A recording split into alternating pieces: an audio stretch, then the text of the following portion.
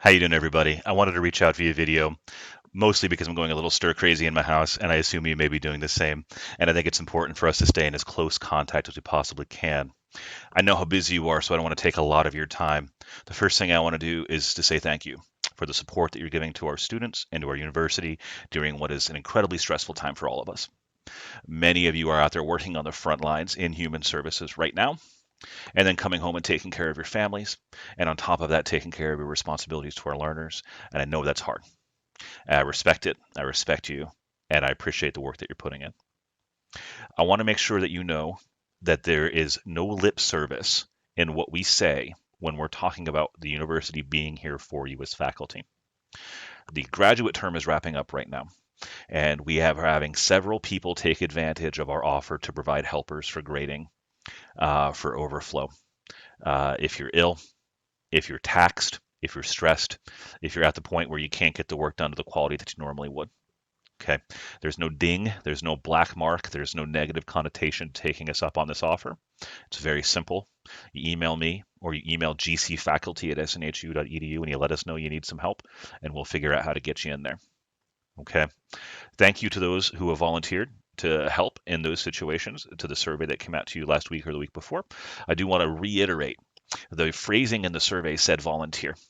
And it is volunteer to the degree in which we're asking you to say that you can do it, but it is paid volunteer work. Okay, so if you responded to that survey, or if you'd like to respond to that survey now and get your name on that list, we're not asking anybody to work for free. Okay, I personally don't believe in that to begin with, and the university's made the decision that we're not going to do that.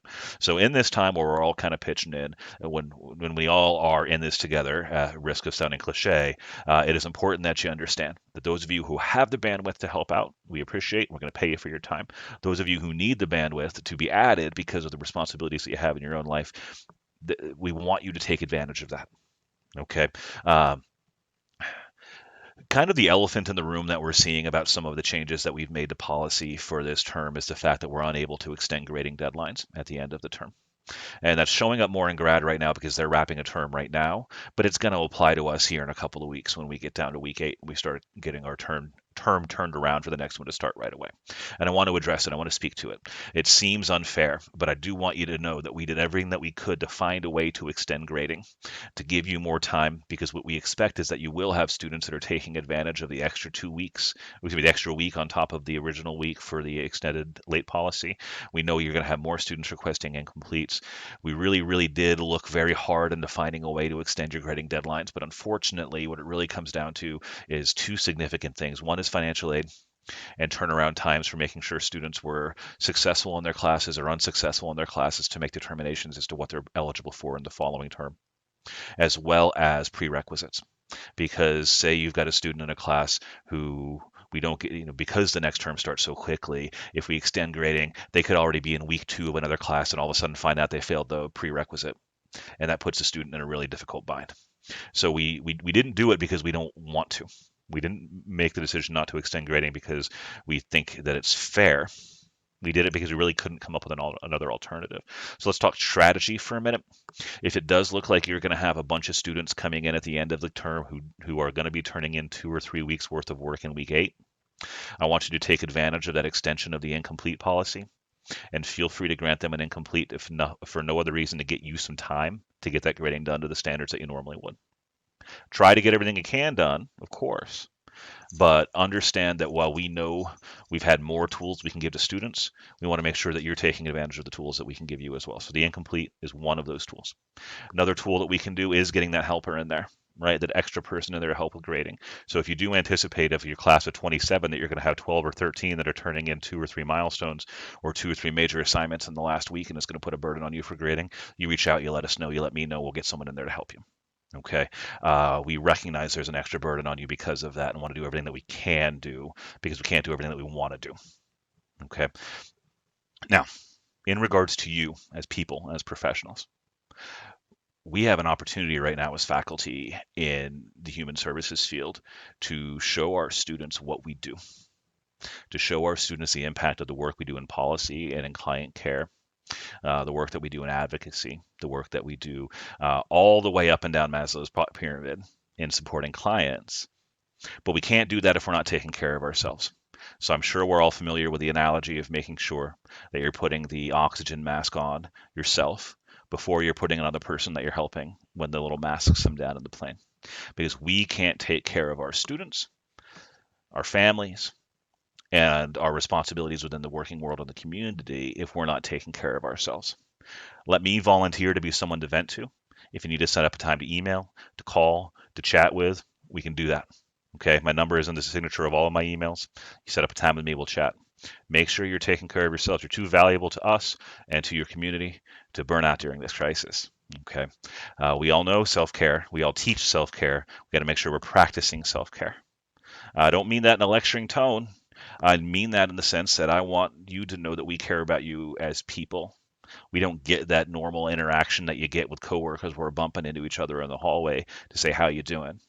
So this is me giving you a very legitimate how you doing and asking you to let me know. And if the answer to that is anything other than I'm doing fine, let's chat. Okay.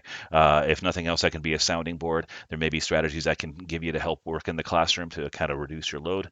There may be things that just help to have someone listen. I want to make sure that you know that I'm available to do that for you. Okay.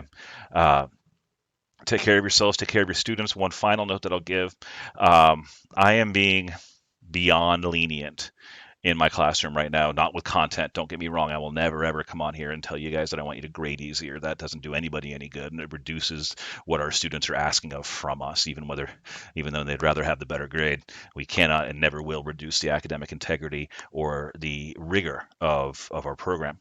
But what we can do is be more flexible right now with deadlines. We can be more flexible right now with late policies, and I would encourage you to do so. I would encourage you to take those on a case by case basis. But where you might be willing to give a day or two extension, maybe think about giving a week. Where you might think about saying no, maybe think about giving a 1 or 2 day extension. And the goal here is not to let students off light, but the goal is here to recognize that whether someone is directly impacted by a health concern related to the COVID-19 virus, the likelihood of them being indirectly impacted is very, very high. Whether that's childcare, whether they're doing what I'm doing right now and working from home with a snoring dog next to me and a teenager who's going to come stumbling in here asking for something any minute, or it's because they're dealing with unemployment or underemployment right now, or if it's just the uncertainty we're all dealing with, right? We want to go ahead and make sure that we are exercising our professional judgment with perhaps a little more leniency than normal in regards to the extenuating circumstance exemption to our late policies. Okay, I think that's going to help the student. It's going to help us. It's going to give everyone a little bit more bandwidth. Again, take me up on my offer. Email me, chat. If you have questions about how the changes in policies are impacting you in your classroom, let me know. If you're having questions about what's coming up from your students, I've got a few people that are already emailing me and saying, hey, I've got students asking me for incompletes and we're in week 5. That's too early, right? But let's talk through that case by case and see what the best interest of the student may be. But be sure that we're maintaining open lines of communication here. It's going to be for everybody's benefit. I'm going to be sending a similar video out to students in the HSE program probably Friday or Monday. I like to space a couple of days out here just because I'll probably get several responses from this one. I don't want to give myself the time and bandwidth to answer those. But you may be getting some questions based on what I reach out to students with. So be sure that you feel free to send them my way if they have any questions about anything I share with them in my video. You guys are doing great work. You're always doing great work. I tell people how very proud I am of the professionals we have teaching in our program on a regular basis. I don't tell you guys that enough. Please do reach out. You can reach me at s.matthews@snhu.edu or via the phone number that's included in the signature. Phone calls, it's helpful if we can set up an appointment time, but if you need me, you just let me know. Bye now.